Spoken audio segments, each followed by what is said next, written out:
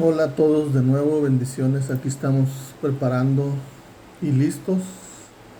El segundo reel le hemos titulado Avanza aún en la necesidad. Hay dos escrituras muy parecidas en la Biblia, pero son dos lugares distintos y estos han sido objeto de diferentes interpretaciones. Uno de ellos está en Éxodo 17 del 1 al 7 y se refiere o sucede el evento en el desierto de Sin, con S de sal, que es Refidim, donde Dios le indica a Moisés que golpee la peña.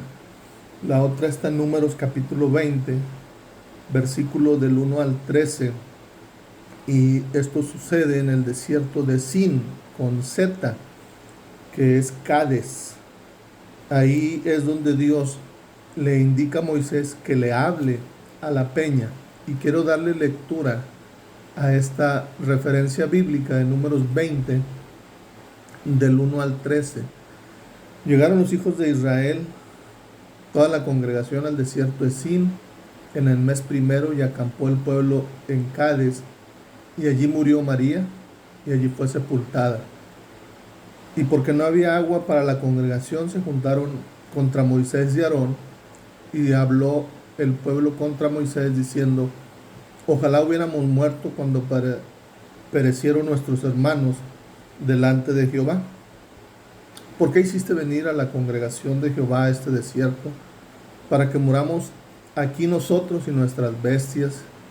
¿Y por qué nos has hecho subir de Egipto para traernos a este lugar? No es lugar de sementera, de higueras, de viñas, ni de granadas, ni aun de agua para beber. Y se fueron Moisés y Aarón de delante de la congregación a la puerta del tabernáculo de reunión, y se postraron sobre sus rostros, y la gloria de Jehová apareció sobre ellos.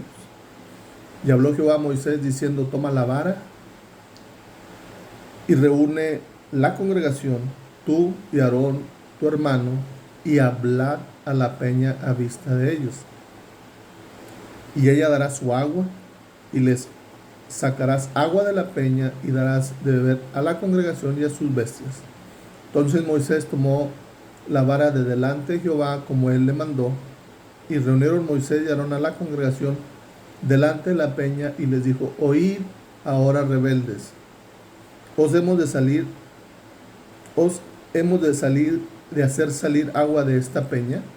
Entonces alzó Moisés su mano y golpeó la peña con su vara 2 veces, y salieron muchas aguas, y bebió la congregación y sus bestias.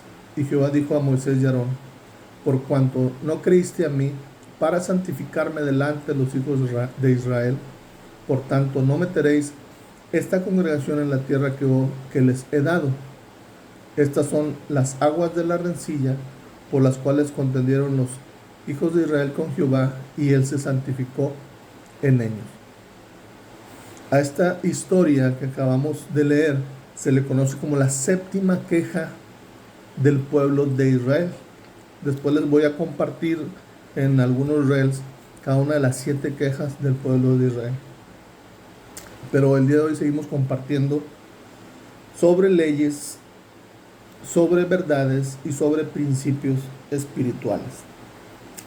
Punto número 1, debemos de entender este principio eterno. ¿Y cuál es? Lo que Dios promete, lo cumple. La muerte de María cobra mucha relevancia porque su muerte es una demostración del cumplimiento de lo que Dios prometió.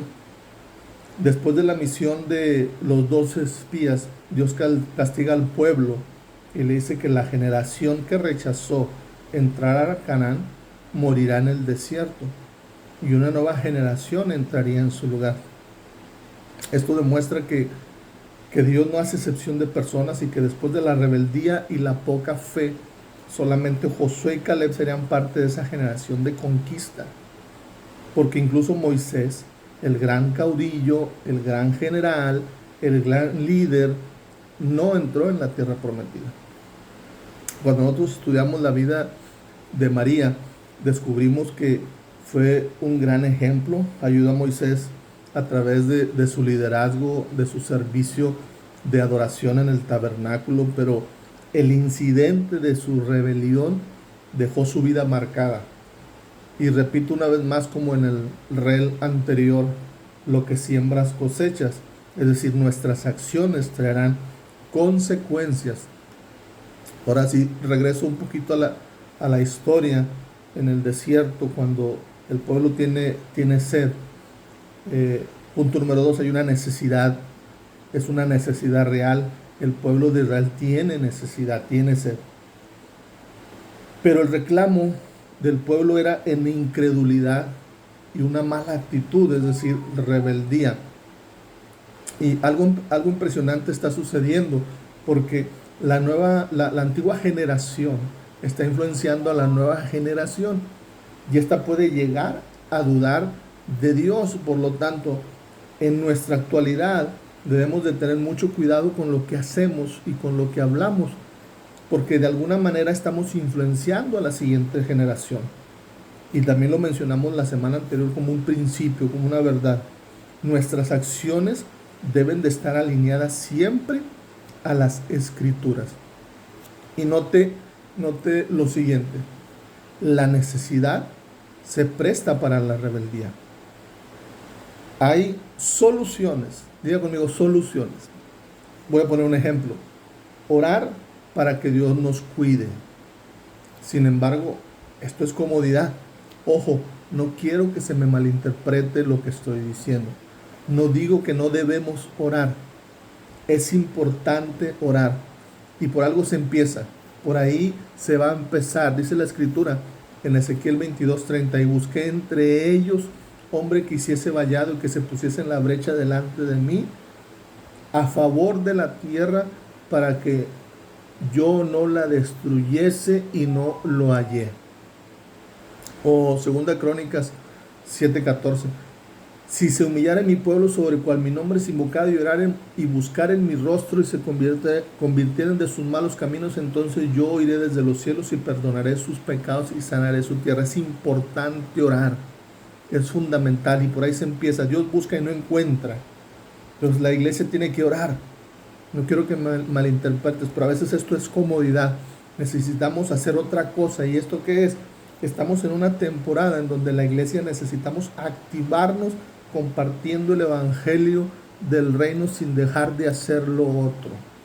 Porque el apóstol Pablo dice en los Romanos capítulo 1 versículo 16: porque no me avergüenzo del evangelio, porque es poder de Dios para salvación a todo aquel que cree, al judío primeramente y después al griego. Es imperativo compartir el evangelio del reino, porque en el evangelio del reino hay poder de Dios. Y hoy te quiero preguntar una cosa: ¿qué tienes en tu mano? Dios le dice a Moisés: toma la vara, habla a la peña delante de ellos, a la vista de ellos. Repito el versículo 8: toma la vara y reúne la congregación, tú y Aarón tu hermano, y habla a la peña a vista de ellos, y ella dará su agua, y le sacarás agua de la peña, y darás de beber a la congregación y a sus bestias. Específicamente Dios le dijo a Moisés que tomara la vara, pero no que la usara. El agua sería proveída si Moisés hubiera hablado a la peña a la vista de ellos, así de simple. Note que lo que le dije al principio sobre no confundir los acontecimientos, porque en el monte Sinaí Dios le dijo a Moisés que golpeara la roca y el agua saldría, según Éxodo 17:6. Pero ahora Moisés solamente debería de hablarle a la roca, aunque con la vara en su mano. Esta vara es un simbolismo de autoridad de parte de Dios. ¡Wow! Esto es una bomba que nos está sacudiendo. ¿Qué tienes en tu mano? Dios le está hablando a esta nueva generación: ¿qué tienes en tu mano? Y esto puede sacudir muchas cosas que tenemos en la cabeza.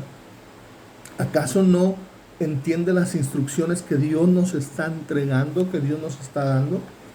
Actualmente la iglesia nos estamos comportando como Moisés. La primera instrucción fue golpea, pero la segunda instrucción fue habla. Y mucha iglesia se queda en la primera instrucción y estamos golpeando en lugar de hablar. Y Nos quedamos en la primera gloria cuando la Escritura nos dice que la gloria postrera será mejor que la primera. Note, versículo 10, y reunieron Moisés y Aarón en la congregación delante de la peña y le dijo, oíd ahora rebeldes, os hemos de hacer salir aguas de esta peña. Esto es poderoso y está tremendo porque Dios no le mandó a Moisés que hablara a la nación, ni que hablara tan severamente a la nación. Sin embargo, Moisés lo hizo. Moisés, después de hacer lo que Dios le dijo que hiciera, es decir, le dijo, toma la vara, toma la autoridad.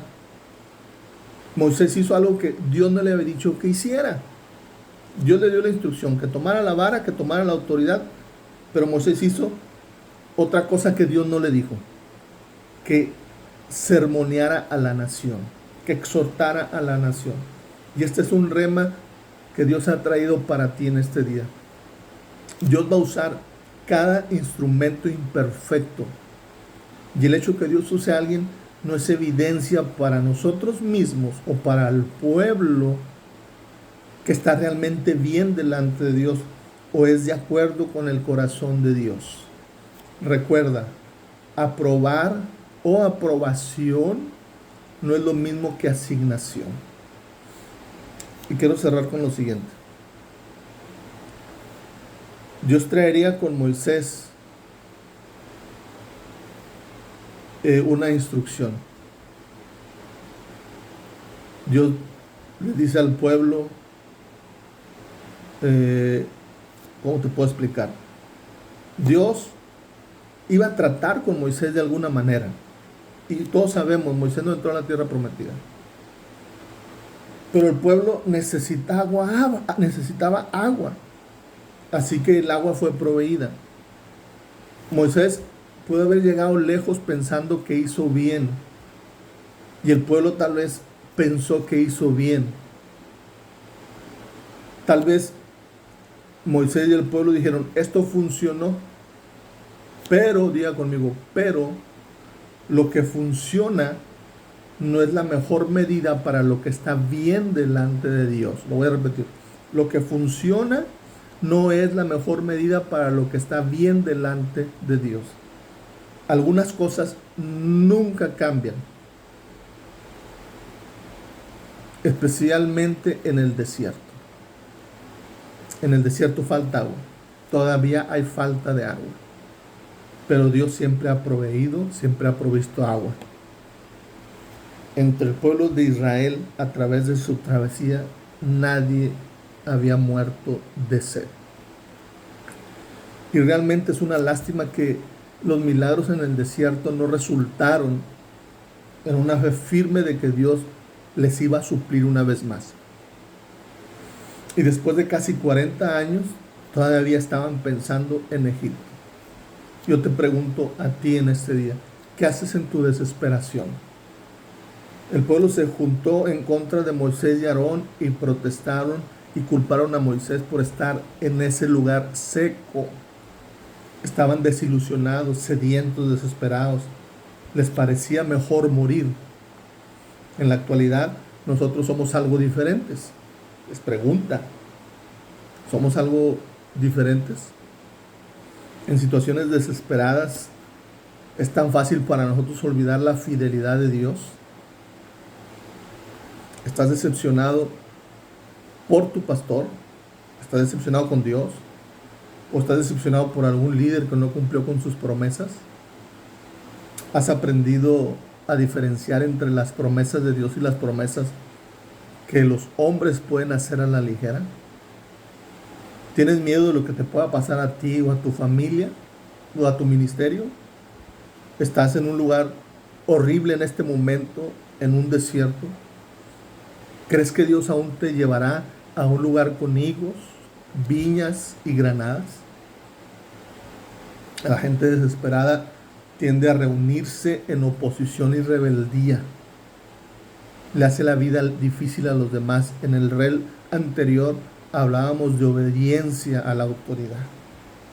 Y la gente desesperada tiende a reunirse en oposición y rebeldía. ¿Es parte de ese grupo de quejosos? ¿Hay alguien a quien culpes por tus luchas? te dejo 4 aprendizajes y 5 promesas de lo de que hablamos el día de hoy. No hablar mal de los hermanos en Cristo. No desconfiar del poder de Dios. Cuando estemos en pruebas, no dejemos de creer en Dios. Dios conoce nuestros pensamientos y nuestro corazón. Esos son los 4 aprendizajes. Y te dejo las 5 promesas.